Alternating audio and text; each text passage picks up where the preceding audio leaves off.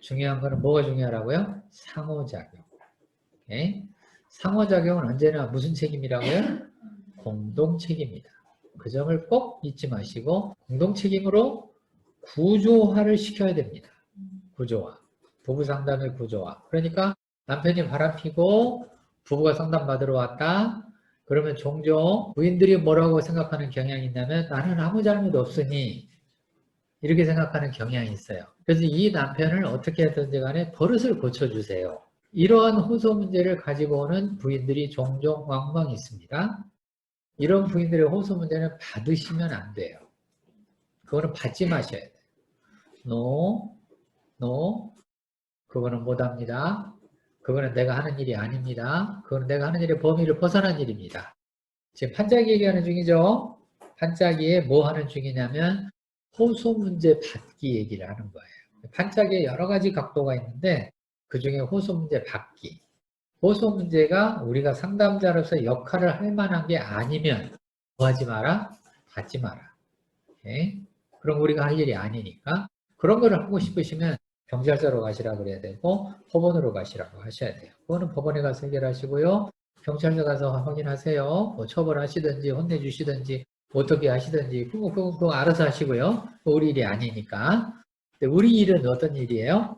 왜 두 사람의 상호작용, 즉 남편의 바람이라고 하는 행동 자체는 이 행동은 상호작용의 결과입니다. 접수됐어요? 무엇의 결과라고요?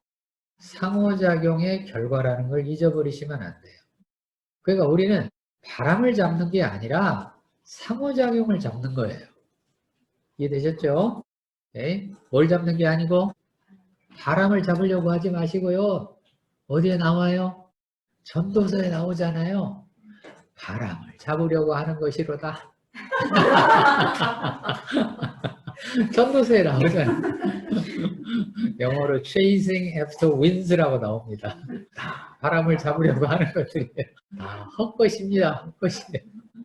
그러니까 남편은 바람을 잡으려고 하면 이게 바람 잡으려고 하는 거예요. 다 헛것이라는 얘기예요. 농담 괜찮은 농담이었죠. 퀄리티가 괜찮았죠. 그러니까 어쩌다 이런 퀄리티가 나와요. 어쩌다가 안 그러면 이제 짜증나는 아재 개그가 나올 뻔했는데 요즘에 이제 제가 아재 개그를 하다 보니까 자꾸 저항에 부딪히고 있습니다. 있어가지고 그만하시죠 이런 걸 종종 있어요. 이제 눈빛으로 하는 사람도 있고 말로 하는 사람도 있고 저 짜증나거든요. 이제 이런 사람들이 있어요. 그래서 제 퀄리티를 높여보려고 지금 이렇게 하는데 예, 그러니까 다 도움되고 있습니다. 저한테 도움이 되고 있어요. 그러니까 뭐를 잡는 게 아니고 바람 잡는 게 아니고 뭐를 잡아라? 상호작용을 잡아라. 그러니까 부인에게도 그거를 인식을 시켜야 됩니다. 당신 남편이 바람을 핀 거는 이게 다 구조화의 주제거든요. 바람을 핀 이 바람이라고 하는 행동은 상호작용의 뭐다? 결과다라는 것을 인식시켜야 돼요. 이해시켜야 돼요. 그게 통과가 안 되면 상담을 하시면 안 돼요. 이게 판짜기니까. 이 판이 안 짜져 있으면 우리 상담하기 어려워요. 실컷 상담했는데 나중에 상담해놓고 나중에 보니까 아 나는요 남편 혼내줄 줄 알고 왔는데 이렇게 말하는 사람들이 있어요. 제가 상담하다 그런 사람이 있습니다. 그리고 나중에 되게 실망을 해요. 이 사람 혼도 안 나고 괜히 나한테 물어보니까 그렇잖아요. 이 사람 혼내줄 줄 알았는데 자기를 자꾸 물어봐요. 기분 나쁘다 이거예요. 왜 나를 물어보냐. 아니, 남편을 자꾸 물어야지. 이 사람은 뭘 수상한처럼 생각을 한 거죠. 벌써 부인은 그 판을 가지고 들어온 거예요. 오케이? 근데 이거를 인식을 못하면 상담 실패합니다. 나중에 끝날 때 어떻게 돼요? 실컷 나는 애썼는데 부인은 몹시 실망하고 나 이럴 줄 몰랐다 그러고 안아버리거나 상담 끊어버리거나 이런 일들이 벌어집니다. 오케이? 그래서 그걸 기억하셔야 돼요. 우리는 뭘 잡는 게 아니고 바람 잡는 게 아니고 뭐를 잡는 거다? 상호작용을 잡는 거다. 어떤 상호작용이냐? 악순환의 상호작용이 이걸 만들어낸 겁니다. 남편의 개인 행동이 만들어냈다고 하는 것은 심리치료입니다. 심리치료에서는 그렇게 접근하는 거예요. 심리치료에서는 이 사람의 생각이 뭐가 잘못되냐? 인지심리치료. 이 사람이 뭐 충동이 잘못됐냐? 정신분석이잖아요. 분석전통이잖아요. 이 사람이 뭘 실현하려고 했냐? 인본주의 전통이잖아요. 그렇죠?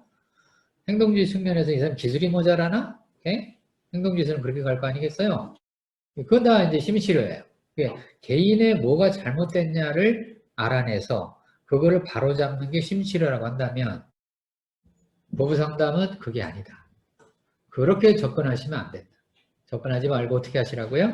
상호작용이 어떤 악순환의 상호작용이 이런 결과를 만들어냈느냐. 그거를 인식시키고 그거를 이해하게 하고 그게 동의가 되어지면 상담을 진행합니다. 그게 동의가 안 된 상태에서 상담이 진행되어지면 나중에 엉뚱한 방향, 피드백이 엉뚱한 게 나옵니다. 오케이?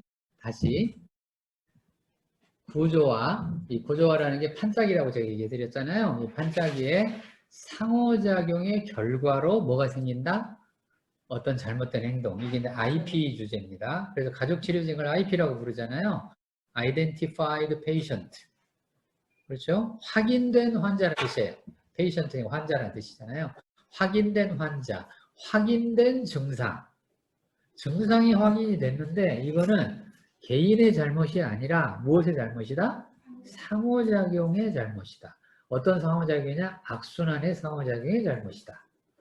이게 이제 가족치료, 부부치료 또는 집단치료 할 때 2명 이상의 상담을 할 때는 반드시 이걸 보셔야 된다. 오케이?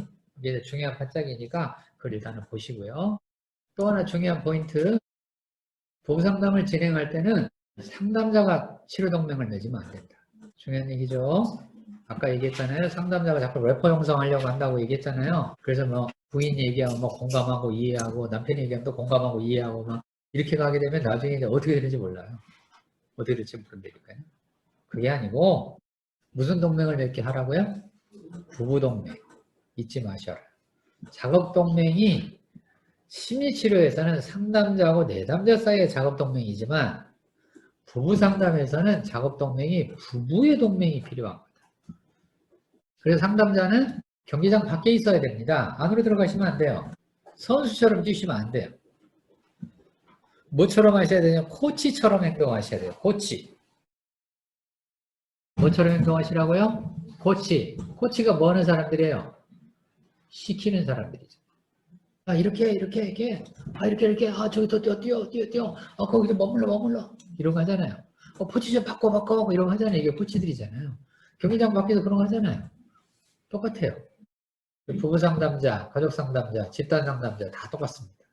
역할이 1차적으로 선수가 아니라는 걸 이해하셔야 돼요. 선수가 아니고 뭐라고요? 코치라는 걸 잊어버리시면 안 돼요. 코치. 그러니까 선수들끼리 어떻게 더 끈끈하게 선수들끼리 왜? 직접 뛸 사람들이 선수니까 선수들끼리 일단은 더 끈끈하게 이렇게 동맹이 확실해져야 그 경기에서 이길 수가 있잖아요. 그죠? 선수 간의 응집성이 있을수록 그 팀이 강팀이 되는 겁니다. 강팀이 되는 거예요. 선수 간의 응집성이 없으면 약팀이 되는 거예요.